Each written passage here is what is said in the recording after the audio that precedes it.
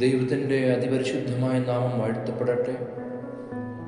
കർത്താവിൽ പ്രിയ വിശ്വാസികളെ, ഇന്ന് നാം ധ്യാനിക്കുന്ന വേദഭാഗം വിശുദ്ധ ലൂക്കോസ് ശ്ലീഹാ എഴുതിയ സുവിശേഷം 16-ാം അധ്യായം 13 മുതൽ 18 വരെയുള്ളതായ വാക്യങ്ങളാണ്.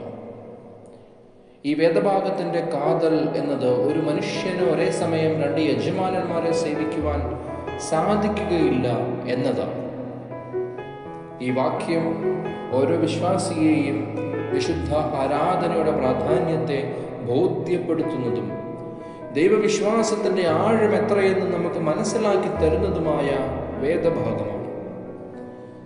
നമ്മുടെ കർത്താവ് ഇപ്രകാരം പറയുന്നു: 2 യജമാനന്മാരെ സേവിപ്പാൻ ഒരു ഭൃത്യനും കഴിയുകയില്ല. അവൻ ഒരുവനെ പകച്ച് മറ്റവനെ സ്നേഹിക്കും, അല്ലെങ്കിൽ ഒരുവനോട് പറ്റിച്ചേർന്ന് മറ്റവനെ നിരസിക്കും. നിങ്ങൾക്ക് ദൈവത്തെയും മാമോനെയും സേവിപ്പാൻ കഴിയുകയില്ല. ക്രിസ്തുവിൻ്റെ ശിഷ്യനാകുക എന്നത് വിഭിന്ന ചിന്തകളുള്ളതും പല മാർഗങ്ങളിൽ സഞ്ചരിക്കുന്നതുമായ മനസ്സുകൾക്ക് അസാധ്യമാണ്. മാമോൻ എന്നത് ധനധാന്യ സമ്പത്തുകൾ മാത്രമല്ല, നമ്മളിലെ ദൈവവിശ്വാസത്തിന് വിരുദ്ധമായി മത്സരിക്കുന്നതെല്ലാം ഇതിൽ ഉൾപ്പെടുന്നുണ്ട്. അത് അധികാരമാകാം, സ്വാർത്ഥത, അഭിമാനം, അമിത വിശ്വാസം പോലുമാകാം. എന്നാൽ ദൈവത്തെ പറ്റിയും ആരാധനയെ പറ്റിയും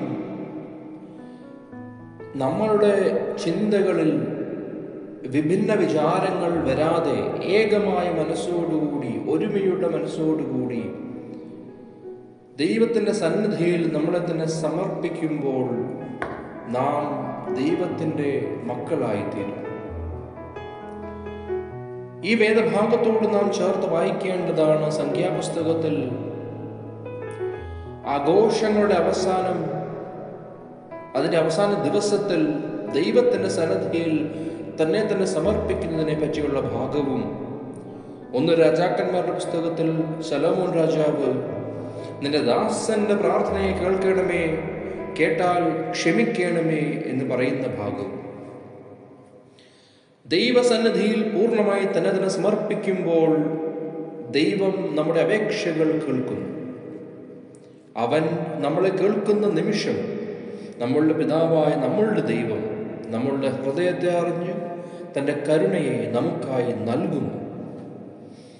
സങ്കീർത്തനക്കാരൻ 42-ാം സങ്കീർത്തനത്തിൽ ഒരു മാനിനെ പോലെ എൻ്റെ ആത്മാവ് ദൈവത്തിനായിട്ട് കാത്തിരിക്കുന്നു എന്ന് പറയുമ്പോൾ അവിടെയും അടിവരയിടുന്നത് പരീശന്മാർ ചിരിച്ചാക്ഷേപിച്ച ലൂക്കോസ് ശ്ലീഹാ എഴുതിയ സുവിശേഷത്തിലെ 16-ാം അധ്യായത്തിലെ 13 മുതൽ 18 വരെയുള്ളതായ വാക്യങ്ങളിൽ നമ്മളുടെ കർത്താവ് പറയുന്ന കാര്യങ്ങളെ തന്നെയാണ്.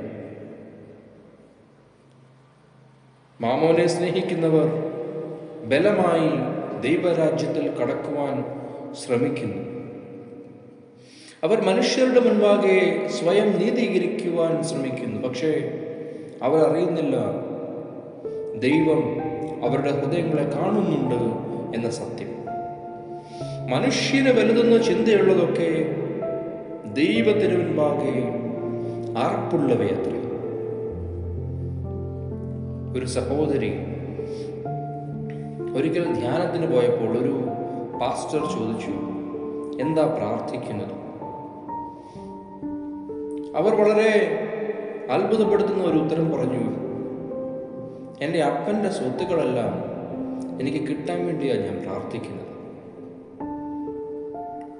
അതിനെത്ര ചെലവ് ചെയ്യാനും ഞാൻ തയ്യാർ. ആങ്ങളെ ചത്താലും നാത്തൂൻ്റെ കണ്ണിലെ കണ്ണീർ കണ്ടാൽ മതി എന്ന് നാട്ടിൻപുറങ്ങളിൽ പറയാറുള്ളത് ഇതിനെയാണ്. ദൈവത്തിന് ഇതെല്ലാം അറപ്പുള്ളവയത്ര. ഇതെല്ലാം മാമോനല്ലാതെ മറ്റെന്താണ്? എൻ്റെ കർത്താവിൻ്റെ ശരീരത്തിൽ ആണിയടിച്ചു കയറ്റുവാൻ വെമ്പൽ പൂണ്ട പരീശന്മാരും സ്വാർത്ഥതയ്ക്ക് വേണ്ടി വിഭിന്ന ചിന്തകളോടെ ദൈവത്തെ പ്രാർത്ഥിച്ചവർ തന്നെയാണ്. അതുകൊണ്ട് പാപികളായ നമ്മളുടെ പ്രാർത്ഥന ഇപ്രകാരമായിരിക്കണം: എൻ്റെ കർത്താവേ, എൻ്റെ ഹൃദയത്തിൽ നിന്നുള്ള എല്ലാ വ്യാജ യജമാനന്മാരെയും നീക്കം ചെയ്യുവാൻ എന്നെ സഹായിക്കണം.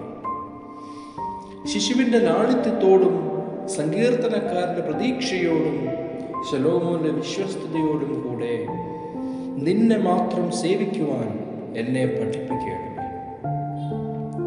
വിഭജിതമല്ലാത്ത, വിഭിന്നങ്ങളല്ലാത്ത പൂർണ്ണമായ ഹൃദയം കൊണ്ട് നിന്നെ ആരാധിക്കുവാൻ, എൻ്റെ ജീവിതം മുഴുവൻ സാക്ഷ്യം പറയുവാൻ, ദൈവമേ നീ മാത്രമാകുന്നു എൻ്റെ യജമാനൻ എന്ന് ഉറച്ച് വിളിച്ചു പറയുവാൻ എന്നെ അനുവദിക്കണമേ. എനിക്ക് അനുഗ്രഹം ചെയ്യണം. പ്രിയമുള്ളവരെ, നമ്മുടെ ജീവിത താളം തെറ്റിക്കുന്ന മാമൂനുകളിൽ നിന്നും മനസ്സിനെ വിലക്കി അകറ്റി ദൈവത്തിനുമുൻപാകെ പൂർണ്ണ ഹൃദയ മനശരീരങ്ങളോട് സമർപ്പിക്കുവാൻ സാധിക്കട്ടെ എന്ന പ്രാർത്ഥനയോടെ ഞാൻ നിർത്തുന്നു. ദൈവത്തിൻ്റെ അതിപരിശുദ്ധമായ നാമം മാത്രം മഹത്വപ്പെടുമാറാകട്ടെ.